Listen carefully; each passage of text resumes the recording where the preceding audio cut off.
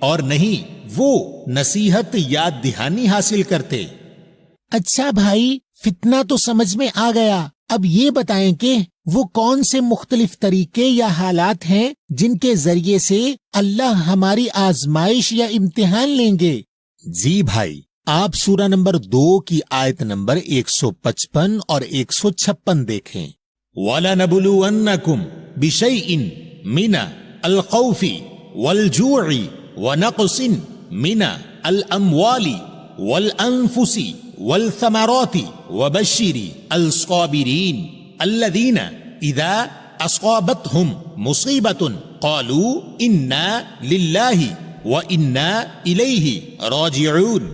اور یقیناً ہم تم سب کی آزمائش کریں گے ساتھ کسی چیز کے میں سے، خاص خوف اور خاص بھوک اور نقصان میں سے، خاص مالوں اور خاص جانوں نفسوں اور خاص نتیجوں کے، اور خوشخبری دے دو خاص صبر کرنے والوں کو، جو لوگ جب انہیں کوئی پہنچتی ہے پہنچنے والی سے وہ کہتے ہیں بے شک ہم اللہ کے لیے اور بے شک ہم اسی کی طرف رجوع کرنے والے ہیں۔ تو بھائی، اس آیت کے مطابق اللہ آپ کی آزمائش کریں گے کچھ چیزوں سے، جس میں پہلی چیز ہے خاص خوف۔ بھائی، یہ خوف کس چیز کا ہے؟ کیا آپ کوئی مثال دیں گے؟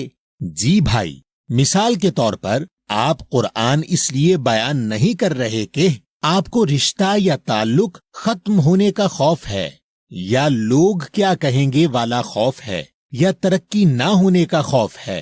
اور بھائی، یہ خاص بھوک کیا ہے؟ بھائی، یہ بھوک آپ کی خواہشات کی بھوک ہے، جن کو پورا کرنے کے لیے آپ غلط طریقے استعمال کرتے ہیں۔ اس کے علاوہ اللہ آپ کو چیزوں کے نقصان سے آزمائیں گے، جس میں آپ کے مال ہیں، جیسے پیسہ، گھر، گاڑی وغیرہ، اور آپ کی نفس کا نقصان ہے، یعنی انسان کی جان، سوچ، صحت وغیرہ۔ پھر آپ کے ثمر کے نقصان سے، اور ثمر کہتے ہیں پھل یا نتیجہ کو، جیسے محنت کا پھل ہوتا ہے، یعنی آپ نے کسی چیز کے لیے محنت کی مگر آپ کو اپنی محنت کے مطابق نتیجہ نہ ملے۔ اچھا بھائی، کیا ان کے علاوہ بھی آزمائش کی چیزیں ہیں؟ جی بھائی، آپ سورہ نمبر 5 کی آیت نمبر 94 دیکھیں۔ یا ایہا الذین آمنوا لیبلونکم اللہ بشیء من الصید تنالہ ایدیکم ورماحکم لیعلم اللہ من یخافہ بالغیب فمن اعتدی بعد ذلک فلہ عذاب علیم۔ اے جو لوگ ایمان لائے ہو، یقیناً تم سب کی آزمائش کریں گے اللہ ساتھ کسی چیز کے خاص شکار میں سے، پہنچیں گے اس تک تم سب کے ہاتھ پہنچ اور تم سب کے نیزے، معلوم کرنے کے لیے اللہ کے جو اس سے خوف رکھتا ہے ساتھ غیب بغیر دیکھے کے، پھر جو زیادتی کرے بعد اس کے، پھر اس کے لیے عذاب ہے دردناک۔ تو بھائی، اس آیت میں لفظ صید نہیں الصید ہے۔ ویسے تو صید کے معنی شکار کے ہیں، اور شکار کہتے ہیں کسی ایسی چیز کو جو آپ اپنی جسمانی یا نفسیاتی خواہش پوری کرنے کے لیے زبردستی حاصل کرتے ہیں۔ اور جب کسی لفظ کے ساتھ الف لام لگ گیا تو اب اس لفظ کے وہ معنی نہیں رہتے، یعنی اس آیت کے مطابق اللہ کسی الصید یعنی خاص شکار کے حاصل کرنے کو آپ کے لیے آسان کریں گے۔ تو خاص شکار ہر وہ چیز یا عمل ہے جس سے اللہ کی آیات آپ کو روکتی ہیں، اور اللہ آپ کی آزمائش کے لیے اس منع کی ہوئی چیز کو حاصل کرنا آپ کے لیے آسان بنا دیں گے، تاکہ دیکھیں کہ آپ اپنے ایمان پر قائم رہتے ہیں یا نہیں۔ بھائی، کیا آپ اس کی کوئی مثال دیں گے؟ جی بھائی، مثال کے طور پر رشوت لینا یعنی دوسروں کا مال ناحق کھانا سورہ نمبر 2 کی آیت نمبر 188 کے مطابق منع ہے، مگر اللہ آپ کے لیے رشوت لینا آسان بنا دیں گے، اور یہ پھر آپ کی آزمائش ہوگی کہ آپ رشوت لیتے ہیں یا نہیں۔ اچھا بھائی، یہ اچھائی والی آزمائش کیسے آتی ہے؟ بھائی، اس کے لیے آپ سورہ نمبر 6 کی آیت نمبر 165 دیکھیں۔ وَهُوَ الَّذِي جَعَلَكُمْ خَلَائِفَ الأرض ورفع بعضكم فوق بعض درجات ليبلوكم فيما آتاكم إن ربك سريع العقاب وإنه لغفور رحيم.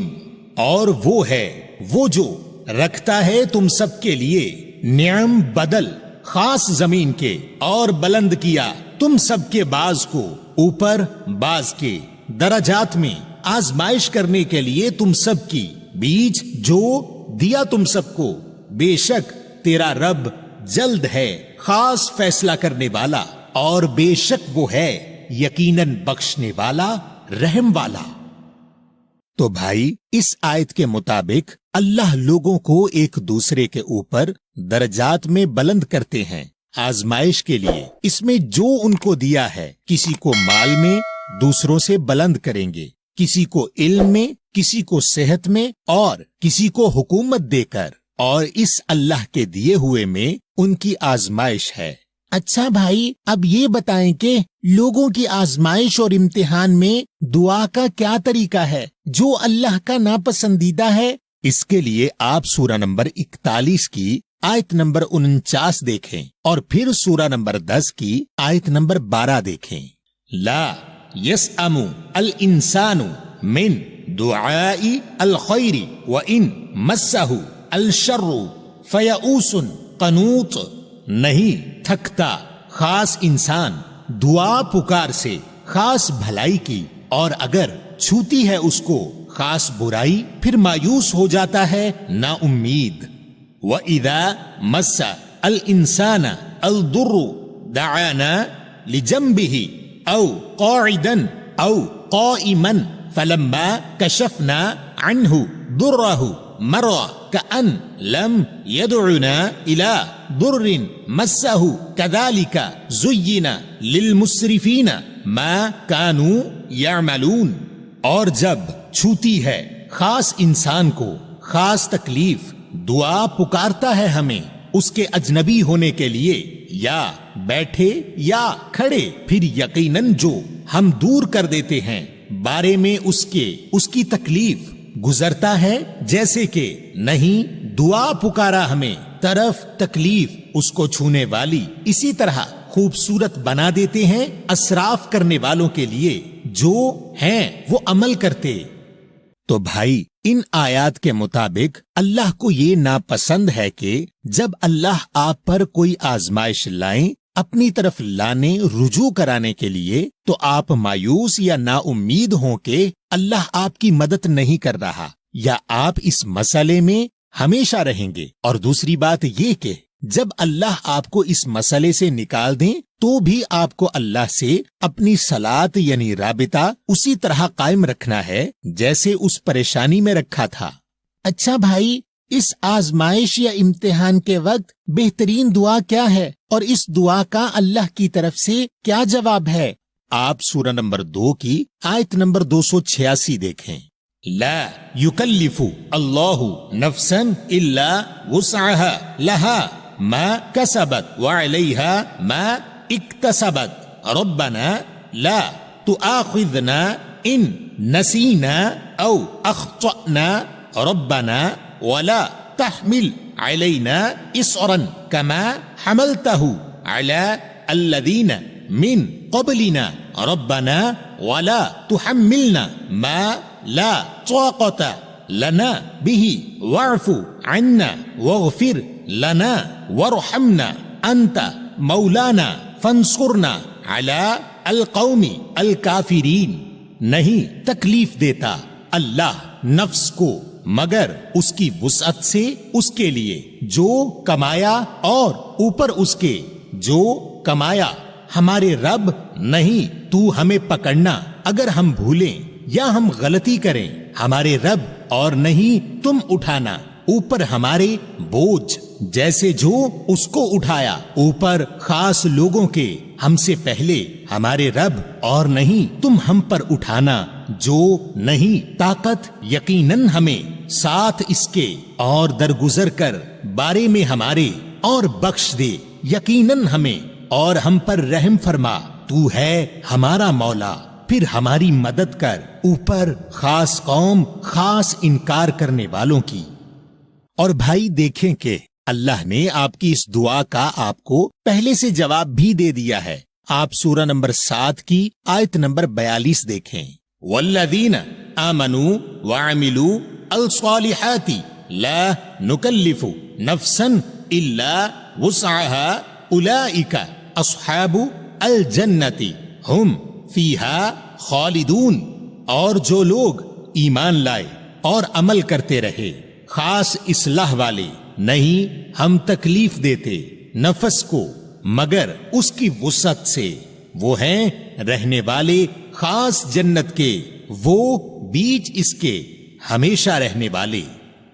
تو بھائی یاد رکھیں کہ آپ کی زندگی میں پریشانی آپ کی اپنی وجہ سے ہے، اور اللہ کی طرف سے صرف آزمائش آتی ہے، اور اللہ ہماری آزمائش یا امتحان اس لیے لیتے ہیں کہ ہمارے ایمان کو جانچ لیں اور ہمیں اللہ کے احکامات پر عمل کرنے کی جانب لے آئیں، اور اللہ ہمیں اچھے اور برے فتنہ سے آزمائیں گے۔ اور فتنہ کہتے ہیں کسی بہکانے والی چیز کو، یعنی جن چیزوں سے آپ اللہ کی راہ سے بہک سکتے ہیں ان چیزوں سے اللہ آپ کی آزمائش کرتے ہیں، اور وہ بہکانے والی چیزیں فتنہ کہلاتی ہیں۔ اور ہمیں اللہ کی طرف رجوع کرنا ہے، اور اللہ سے رجوع صرف اللہ کی کتاب سے ہوتا ہے۔ اور اللہ آپ کی آزمائش کریں گے کچھ چیزوں سے، جس میں ہے خاص خوف اور آپ کی خواہشات کی بھوک، جن کو پورا کرنے کے لیے آپ غلط طریقے استعمال کرتے ہیں۔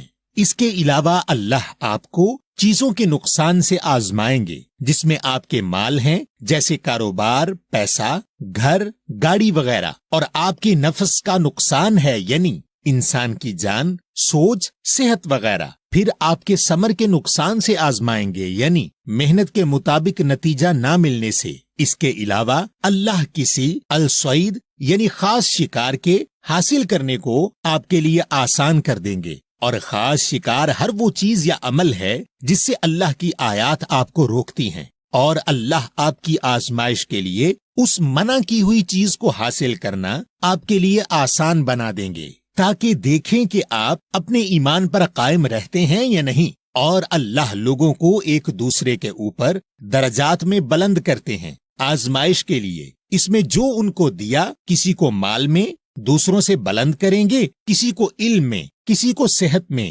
کسی کو حکومت دے کر، اور اس اللہ کے دیے ہوئے میں ان کی آزمائش ہے۔ اور یہ بھی یاد رکھیں کہ اللہ کو یہ ناپسند ہے کہ جب اللہ آپ پر کوئی آزمائش لائیں، اپنی طرف لانے، رجوع کرانے کے لیے، تو آپ مایوس یا نا امید ہوں کہ اللہ آپ کی مدد نہیں کر رہا، یا اس مسئلے میں آپ ہمیشہ رہیں گے۔ اور دوسری بات یہ کہ جب اللہ آپ کو اس مسئلے سے نکال دیں تو بھی آپ کو اللہ سے اپنی صلات یعنی رابطہ اسی طرح قائم رکھنا ہے جیسے اس پریشانی میں رکھا تھا۔ اور اگر آپ توکل کریں اس معاملے میں اللہ کی یقین دہانی کے اوپر، تو اللہ آپ کو ذہنی سکون دے کر آپ کی دنیا جنت بنا دیتے ہیں۔ اور اگر آپ ایمان کی کمزوری دکھائیں اور اللہ پر توکل نہ کریں تو آپ مایوسی اور غم میں لپٹ کر اپنا ذہنی سکون کھو دیتے ہیں، اور آپ اپنی آزمائش کو اپنے لیے عذاب میں تبدیل کر لیتے ہیں۔ اور اگر آپ کو اس موضوع پر